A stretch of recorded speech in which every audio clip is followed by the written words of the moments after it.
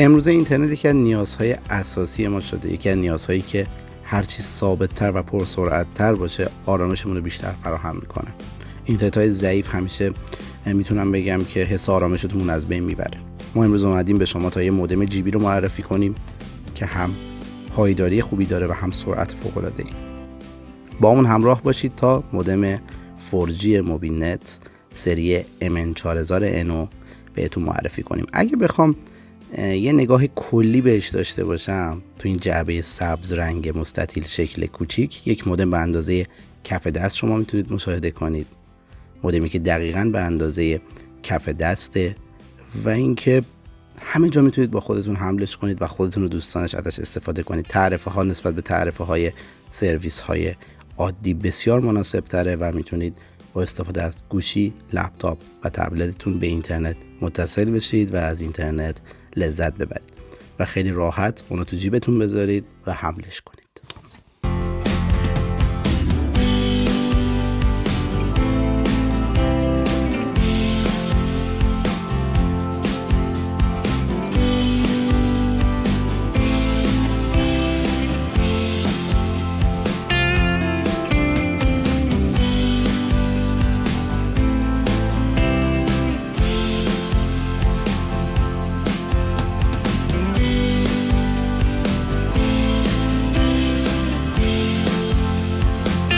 رفقا سلام. امروز اومدیم با یه معرفی دیگه، این بار با یه مودم جیبی همراه از شرکت موبیلنت. حالا چه حسنایی داره؟ اول از همه وقتی از شبکه‌های 4G یا شبکه‌های LTE یا 5G تلفن همراهمون استفاده می‌کنیم چندین برابر باتریمون رو بیشتر مصرف می‌کنه، باتری آسیب میزنه و اینکه گوشیمون هم داغ می‌کنه، به حال عمر CPU و پردازندمون رو کم می‌کنه.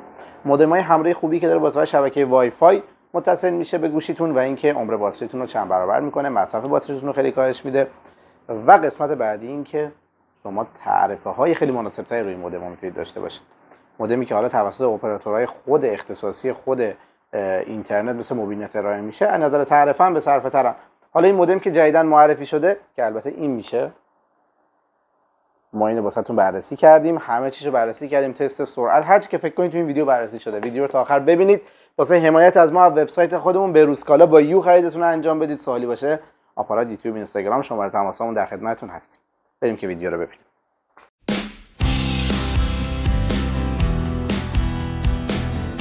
با آنباکس مودم موبیلنت MN4000N همراهمون باشید. جعبه سبز رنگ اندازه کف دست که به صورت کشویی از قسمت بالایی باز میشه. زمانی که جعبه باز میشه خود مودم رو میتونید داخل حالت سیلیکون شکل مشاهده کنید. یک مودم سفید رنگ با نمایشگری که روش قرار داره. خب اینو میذارم کنار. حالا قسمت زیری اگه بخوام بهتون نمایش بدم، یه دونه کابل میکرو که به وسیله کابل میکرو شارژ میشه، یه باتری، دقیقاً باتری که قسمت درب پشتی مودم قرار میگیره و یه دفترچه راهنمای فارسی. دفترچه راهنمای فارسی رو میتونید از موبیلنت داشته باشید که حالا تمام توضیحات رو به صورت فارسی به شما نمایش داده. یه دونه لیبل آلومینیوم رنگ هم که دقیقاً یه سری توضیحات بهمون داده دقیقاً داخل جعبه است. دیگه هیچی دیگه نیست و این از کلیات آنباکسش بود.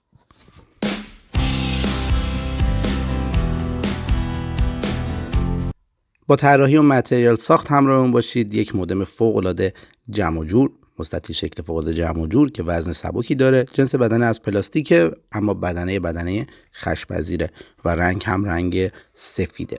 دقیقاً همونطور که می‌بینید طراحی مستطیل شکل داره. قسمت جلویی محصول یه دونه LCD داره، یه LCD رنگی داره. لوگوی موبیلنت رو میتونید قسمت سمت چپ محصول مشاهده کنید. دکمه پاور رو قسمت بالایی سمت چپ قرار داره و اگر بخوام قسمت پشتی محصول بهتون نشون بدم، دقیقاً دکمه WPS واسه اتصال وای فای میتونید داشته باشید و کنارش هم درگاه شارژ رو میتونید داشته باشید. در رابطه با درگاه شارژ اگه بخوام باهاتون صحبت کنم، درگاه شارژ از نوع میکرو USB و به وسیله کابل میکرو USB شارژ میشه و تایپ C روی این مودم استفاده نشده.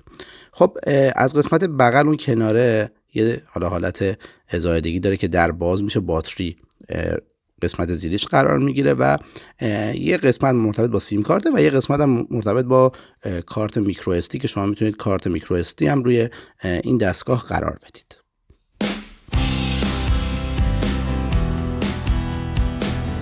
بریم که ابعاد و وزن رو با هم دیگه داشته باشیم. اگه بخوام طول رو بهتون نمایش بدم 10 سانتی متر طول این مستطیله.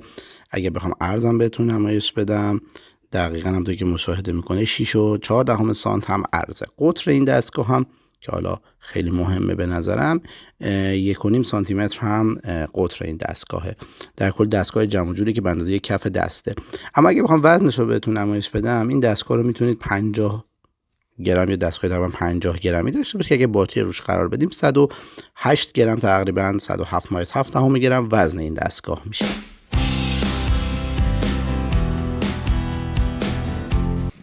یه توضیح در رابطه با سیم کارت های موبیل نت بدم. ببینید شما زمانی که این مودم رو خریداری میکنید حتما باید سیم کارت خود موبیل نت به نام شما زده بشه که این کارا توسط نماینده انجام میشه و این مودم فقط اختصاصی خود سیم کارت های شرکت موبیل نت که حالا شما میتونید از وبسایت ما یا حالا از هر کدوم از نماینده های محترم موبیل نت خریدش رو انجام بدید. و باز هم تاکید میکنم این مودم حتما به همراه طرح و این سیم کارت ارائه میشه.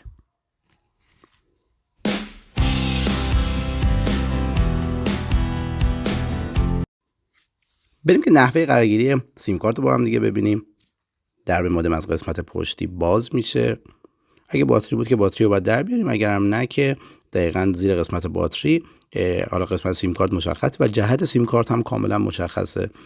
سیم کارت رو باید سایز بزرگ باشه و به وسیله همون تبدیلی که حالا رو خود پوکه سیم کارت هست میتونید این تبدیل سایز رو انجام بدید. دقیقاً سیم کارت به این جهت قرار میگیره و اینکه وقتی قرار گرفت باتری شما باید قرار بدید.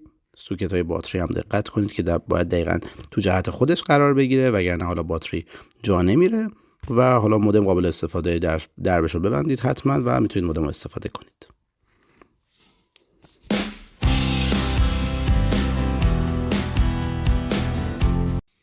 بریم که راه اندازی مودم رو با هم دیگه ببینیم. اول از همه لازمه که دکمه پاور رو چند ثانیه نگه داریم، حدود 3 تا 4 ثانیه تا لوگوی موبیل نت رو روی LCD مشاهده کنیم. زمانی که لوگو رو روی LCD مشاهده کردیم دقیقاً مودم بالا اومده، ولی ببینید الان اینجا برای من سیم کارت رو نمایش نمیده و اینکه الان فعال نیست چون من سیم کارت رو درست جا نزده بودم. حالا اگر من سیم کارت رو الان برم درست کنم، دقیقاً زمانی که همه چی مرتب باشه و سیم کارت درست قرار گرفته باشه، شما باید روی قسمت نمایشگر دقیقاً واژه موبیل نت رو ببینید. الان موبیل نت مشخصه، وای فای روشنه، آنتن های ما هم سیگنال آنتن هم اون قسمت بالا دقیقاً داره نمایش میده. وقتی این قسمت پاور رو بزنیم SSID رو نشون میده. با این بارکد میتونیم ما به وای فای وصلیم. تو این قسمت هم دقیقاً میتونیم اطلاعات مودم رو ببینیم. دقیقاً با همون دکمه‌ای که قسمت بالایی قرار داره ما میتونیم تمام اطلاعات وای فای و اطلاعات مودم رو ببینیم. با این دکمه هم که میتونیم مستقیما به خود وای فای متصل بشیم. کاربری فوق العاده راحتی داره.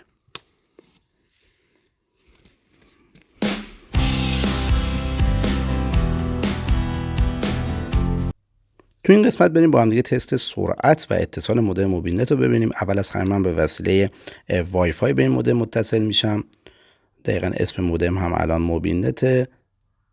گزینه دقیقاً مودم رو پیدا میکنم.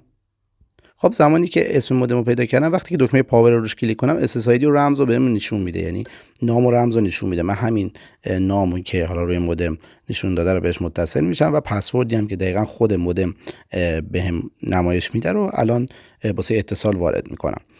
زمانی که حالا وارد کردم سرعت اتصالش میتونم بگم که خیلی خوب انجام شد. یه صفحه باز میکنم و وارد سایت اسپید تست میشم تا اینکه ببینم حالا تو منطقه‌ای که در حال حاضر من قرار دارم سرعت به چه شکله. البته من اینها رو به صورت حرفه‌ای بررسی نمی‌کنم و فقط به عنوان یک کاربر عادی دارم بررسی می‌کنم. همونطور که می‌بینید اینجا حجمی که مصرف میشه رو داره با تایم بهم نمایش میده. حالا گزینه گو رو میزنم ببینیم اینجا مودم GB چه سرعتی رو بهمون ارائه میده و با استفاده از کدوم سرور در حال حاضر داره این سرعت رو بهمون ارائه میده.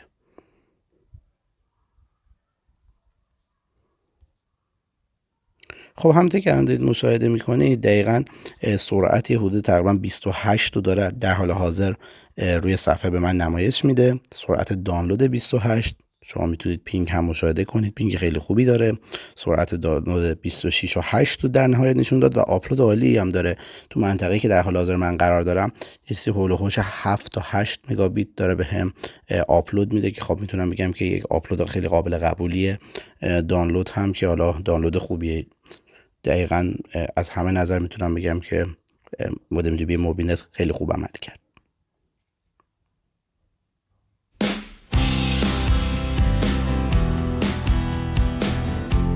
خیلی از دوستان حالا ممکنه که از PC ها استفاده کنن که وایرلس نداشته باشن. میتونید با استفاده از کابل میکرو یا کابلی که داخل خود جعبه محصول هست اینو به USB متصل کنید و اینکه استفاده کنید از اینترنت. حتما الزامی نیست که با استفاده از وایرلس این کار رو انجام بدید. من حالا زمانی که با کابل میکرو متصل کردم و اتصال برقرار شد یه تست سرعت هم گرفتم و تست سرعت با استفاده از کابل میکرو هم دقیقاً برابر همون وایرلسی که من توی این تست انجام دادم میتونم بهتون بگم که سرعت خوبی بهم داد. البته نوع وایرلسی هم که استفاده میکنید و اون کارت شبکتون خیلی خیلی مهمه. الان دقیقاً سرعت 27 تا 30 رو به من ارائه داد.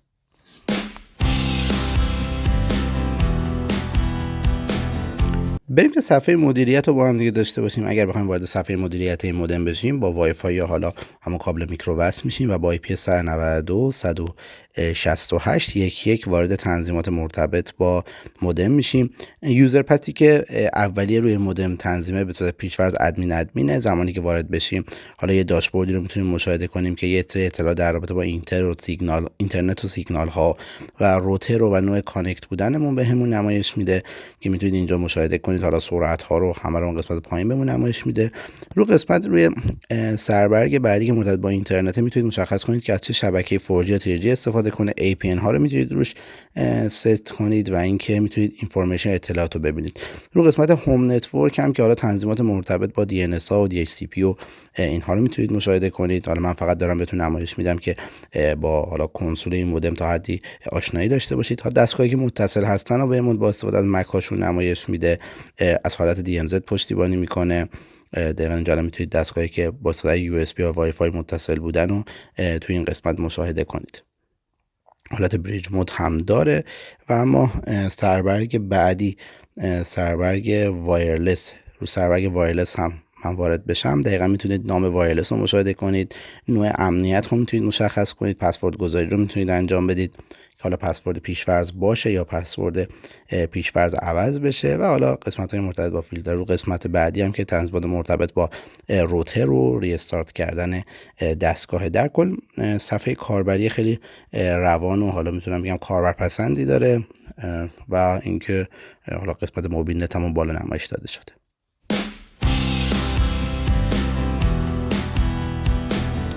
و اما این مودم شارژیه که حتما باید باتری اون شارژ بشه تا بتونید استفاده کنید.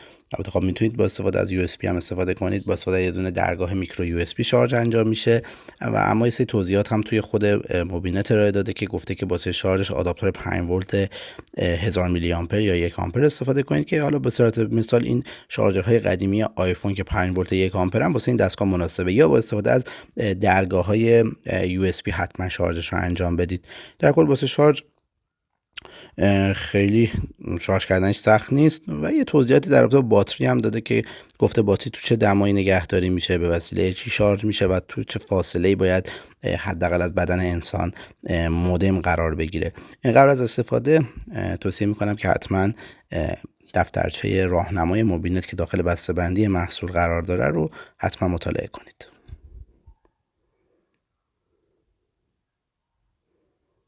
خب الان من با استفاده از درگاه میکرو USB دستگاه رو متصل میکنم. زمانی هم که متصل کنم دقیقا میزان شارژ رو شما میتونید روی خود صفحه نمایشگر مشاهده کنید.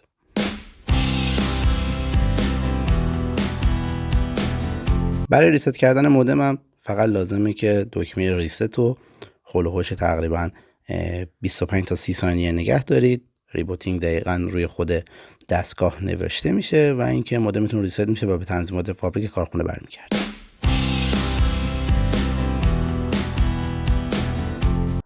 ویدیو رو که تا آخر تماشا کردید حمایتمون کنید، از وبسایت خودمون بروزکالا خریدتون انجام بدید.